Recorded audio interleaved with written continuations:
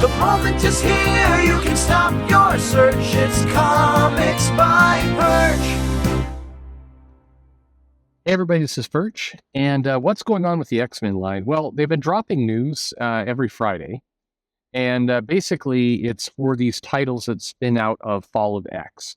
And one of the things that you're going to notice, or that it's part of this, is that the X-Men will be going back to a limited series format, very similar to Age of X-Men.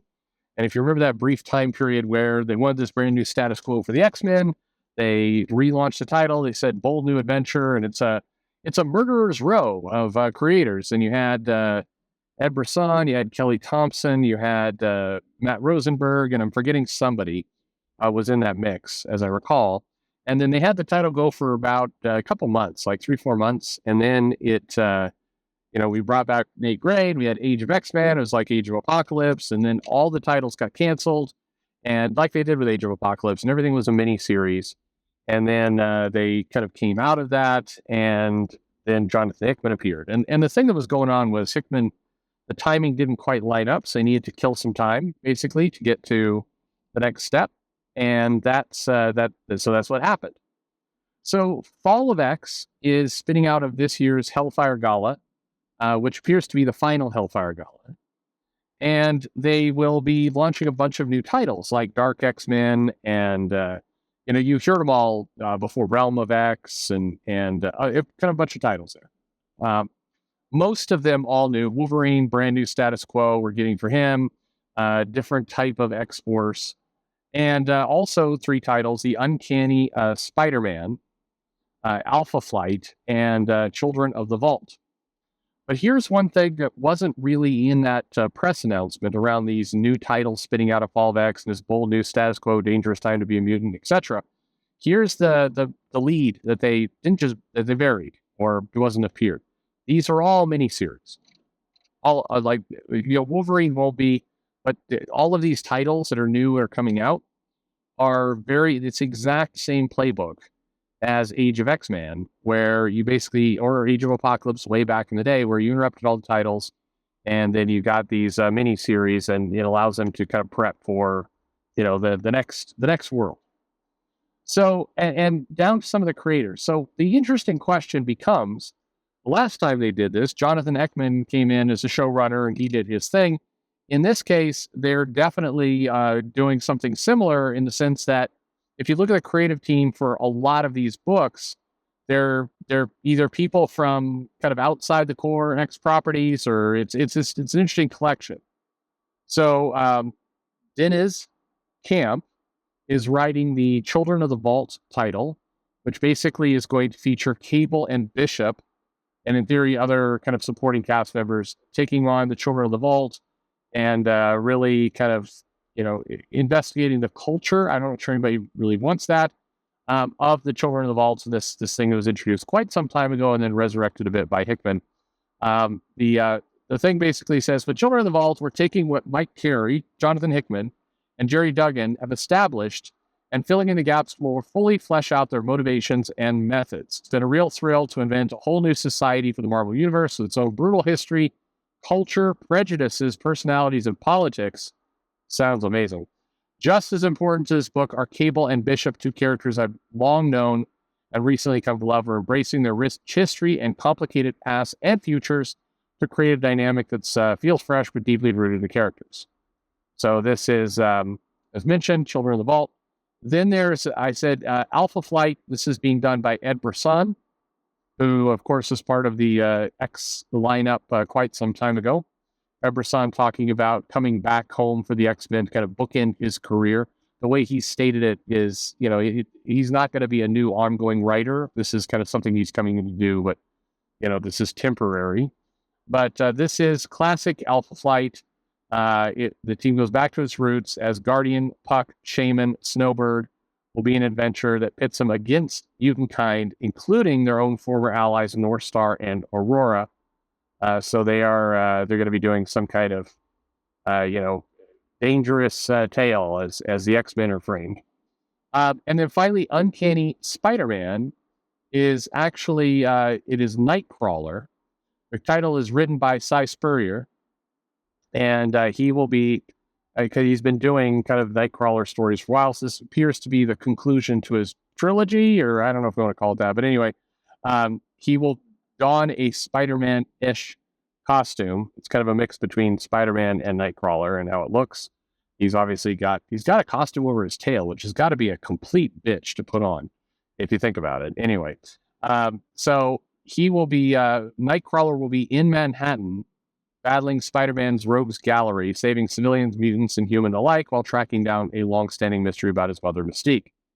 And he says, what we've got here is a spectacular new beginning, which, yes, is code for perfect jumping on point, usually not, which leans hard into the heroic, joyful street-level action. Heroic, joyful street level? One of those things don't belong with the others. Anyway, it says, writing Kurt has always been an exercise in heart. He was the first to feel the cracks in Krakoa, the first to try and do something about it. Unfailingly loyal to his people and friends and his responsibilities, he's gone through a lot. What's missing for him is the joy, the freedom, and the thrill. And that's where we find him now in a restyled Spidey suit, bamfing across New York and rubbing shoulders and butting heads, the best heroes and villains in Manhattan. Of course, it's really not that simple. Is he doing it for the thrill, or is he hiding? So it's all. This is all what's going on. But all of these things sum up the status quo for the X-Men, which is really this holding pattern until we get to late in the year. There is, I mentioned before, we are getting another X event sometime in the late October, November, December-ish timeframe, which sets up the true new direction, the new titles, the new relaunches. Jerry Duggan is clearly coming to the end of his time with X-Men, in my view. Now, maybe I'm wrong, but as they put him on Iron Man, as he starts to move his way into kind of some of the other Marvel titles, he's doing Uncanny Avengers. I think that we're seeing kind of him fold out, and then we're going to have to figure out who is the new showrunner, who are the new key people that will be part of the X office. Now, there's two ways to go about it. Either they're bringing in kind of some new people, new creative team to really kind of steer the ship in a new direction like they did with Hickman, or they're basically giving breathing room to Kieran Gillen and a handful of others, probably who knows. Anyway, they're giving some breathing room to him and team to set the next stage of the X-Men. There was a suggestion, which I find extremely unlikely, that this might be a destination point for Donny Cates, if and when he comes back, or Jason Aaron. Those are two other big names on the shelf. Obviously, Al Ewing has been doing kind of his tertiary work with the X title, so we could see more out of him. So I think your money is basically on Kieran Gillen or Al Ewing, along with kind of a collection of the current writers. I don't think you're going to see kind of, like Vita and some of the others who have jumped Teeny and others who've jumped ship to DC. You're not going to see them pop back up again. But you could see Gillen and Ewing kind of take it and put some new people and run with it as a bold new stage in the X-Men evolution. I pity whoever comes into that thing, because it's the whole lineup has been so thoroughly torched down a very hard to come back from level, but we'll see. Or this is all kind of clearing the way for the next big writer, and that's going to be somebody like an Aaron, a Cates, who's going to come in and do their thing. So that, I think you're kind of looking at one or the other kind of routes. So what would you prefer? What do you think's happening? But the key takeaway here is the X-Men are entering into a fall of miniseries, and that's really how we should look at this era of the X-Men. It is a holding pattern to get to the next thing, or maybe that's very negative. Another way you could say it is the bridge to get to the next thing. And the next thing is going to be, we'll find out. But anyway, that's what we have going for us right now with X-Men. A bunch of miniseries leading to the next status quo. Who do you want to see helming the ship when they kind of reboot this again? What do you think they try and solve? Again, with all that they've done here with the X-Men and kind of the corner they've backed themselves into, I don't know.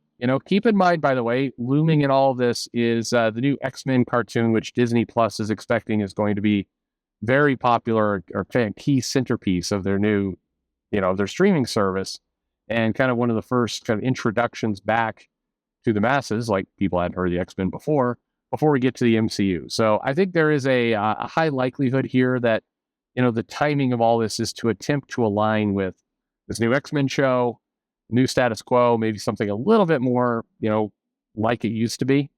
One can always hope. But I think we're definitely heading to a place that's not so weird as a little bit more mainstream consumable for the X-Men.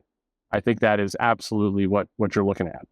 And again, if they're going to put these things into movies, they're going to want to have the comics, if not aligned, just at least somewhere in the same orbit. But we'll see how that all works out. Anyway, let me know what you think and what you want to see happen in the comments below. Like and subscribe, recommend the channel to a friend. Why not? And thanks for listening.